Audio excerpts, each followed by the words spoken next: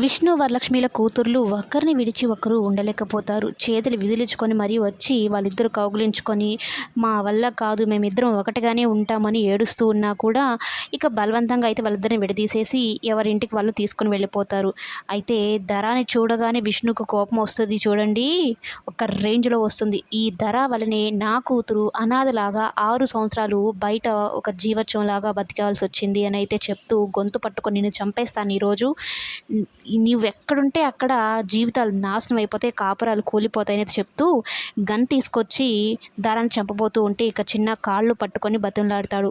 దారా చేసిన తప్పుకి దారా కడుపులో ఉన్న బిడ్డకు శిక్ష వేయకన్నయ్య, తను చేసింది తప్పే. నా మొహం దారా మొహం చూసి కాదు, తన కడుపులో ఉన్న బిడ్డను చూసైనా వదిలేసి అన్నయ్య అనే తండంతో ఇక కాస్త నెమ్మదిస్తాడు. కానీ నువ్వు నా కంట ఒక్క నిమిషం కూడా కనిపించకూడదు, ఇంట్లోంచి వెళ్ళిపో అని దారాని ఇంట్లోంచి తరిమేస్తూ ఉంటాడు.